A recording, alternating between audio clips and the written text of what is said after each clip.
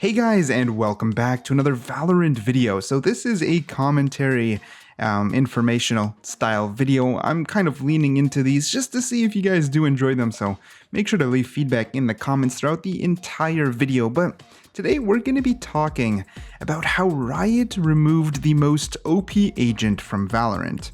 Don't get me wrong, the title is a little dramatic and a little bit clickbaity, but nonetheless, I believe we have a good story on our hands, so sit back, enjoy, and let's get straight into it. So I'm going to assume that you guys have an idea who I'm talking about by now, but just in case you don't, we're going to be discussing Sage and how her rise from power fell very swiftly as Riot just put her through the grinder over and over and over. Now, just a big disclaimer, I don't want you guys to get me wrong. Even until this day, if you pop open Valorant and choose Sage, I still think she is a fantastic pick, but it's definitely interesting to see that this agent at one point in tournament pro play had an 85% pick rate. I mean, just imagine one agent having an 85% pick rate. But as quickly as she shot up in power as people learned her, she swiftly fell as Riot did not go easy, and nerf after nerf. She actually hit a 0% pick rate in the NSG Invitationals. Now, this is just one tournament, and the 85% pick rate is just another tournament, but the very fact that we have two contrasting differences before and after her nerfs, it stands to send some sort of message. Now, even though Riot nerfed her one after another, patch after patch, Sage was proving that she's gonna stick around. No matter what nerf she got, we still saw her played a lot. However, it wasn't until patch 1.07 that really hit that nail in the coffin. Just in case you guys don't recall, on patch 1.07, her heal, which may have been the biggest one, was reduced from 100 over 5 seconds to 60 over 5 seconds, which, you know, in all honesty, is horrible. I mean, actually, it was such a bad nerf, in my opinion, that it's terrible. I mean, even her self-healing only peaks at 60.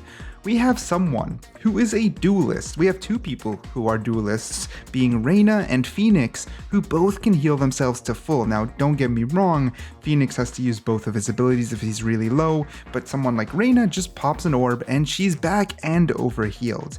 And all I'm trying to say is that when we have duelists who frag and go in that can heal themselves to full, it's just a little bit weird to have a cap heal at 60. I mean, if you're less than 40 health, you can't even heal back to full, and I actually would believe that this is where they overstepped, and this is where it really shot Sage in the foot. I hate Sage. You know, I was never a fan of Sage. I didn't like playing against her. I didn't like her in general, but I know that Riot overstepped by nerfing her healing this badly. Now, some of the other nerfs aren't too bad in my opinion, like the slow orb size reduced by 30%, even though that is a huge nerf. In a lot of close quarter corridors and a lot of tight corners that Valorant presents, it's still big enough to cover more than enough area to be effective.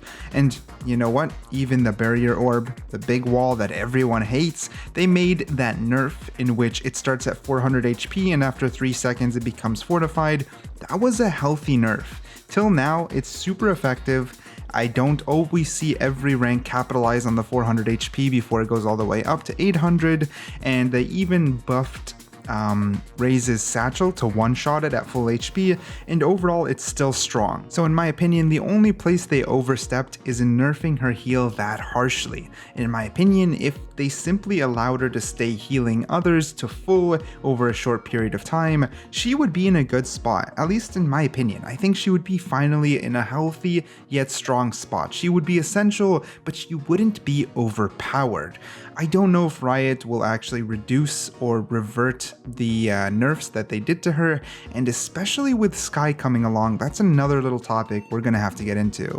At the time of you guys listening to this recording, It is the 27th. Skye was just released into the wild, and I do not know what she's going to do to Valorant. She might be super powerful, she might be perfect, she might lack in some areas. We're not too sure. I'm not too sure. I'm going to have to keep an eye over the next few weeks and see how she affects the game and the meta.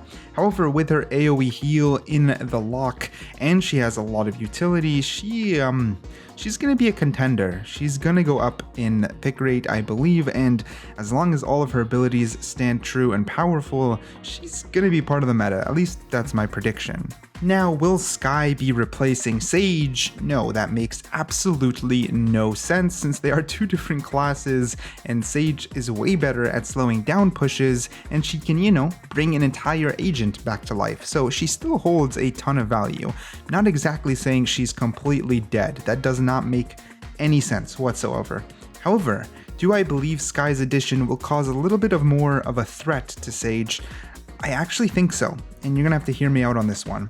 A lot of pro players are still looking towards Cypher, which makes perfect sense. Not only is he the best at gathering information, but he does present abilities that does slow down pushes. Not only does his smoke block vision and slow pushes, but it makes noises, and noises is information for pro players, which in theory slows down pushes. We have his camera. If you get tagged by the camera, you're gonna have to rethink your strategy, which slows down a push. We also have his traps, which obviously slow down a push.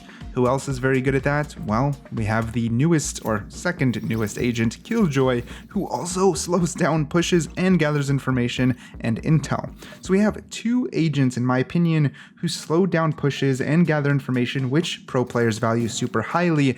And now we're gonna have Skye, who is an initiator and can heal herself and the teammates around her. But it doesn't stop there. We then have Reyna and Phoenix, who have a ton of survivability and can also heal themselves. So what happens when you have higher paced information gatherers who are doing the job of reducing a push while having teammates who can self-sustain and having an initiator who can heal any chip damage along the way? I don't know. All I'm trying to say is, as we move forward, if Riot keeps creating agents who are good at multiple things, then Sage is going to need her nerfs reverted, because the biggest problem about Sage when the game first came out is she was too good at too many things, and then they kept nerfing her and kept nerfing her and kept nerfing her, and right now, in my opinion, she's really just good at slowing down pushes. Her ult is invaluable, do not get me wrong, and again, I am reiterating, she's not dead, she's not bad, she's still a fantastic agent, but can she be drowned out by new agents, new abilities, and more changes? Yes, I actually think so. She can be drowned out by the agents around her if Riot doesn't move carefully.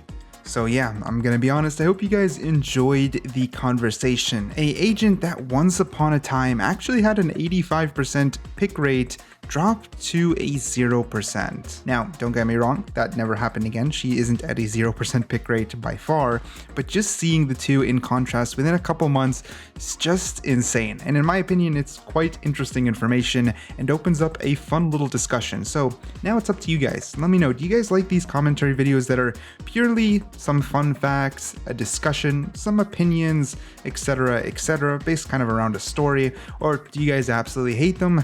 I guess mainly we'll see by how many views it gets, but the likes, dislikes, and comments will go a long way in shifting the content and helping me either grow this style or completely scrap this style in the future. So let me know in the comments down below, and if you did enjoy it, consider hitting that like button, maybe even subscribing. Thank you so much for watching. I'll catch you guys in the next one.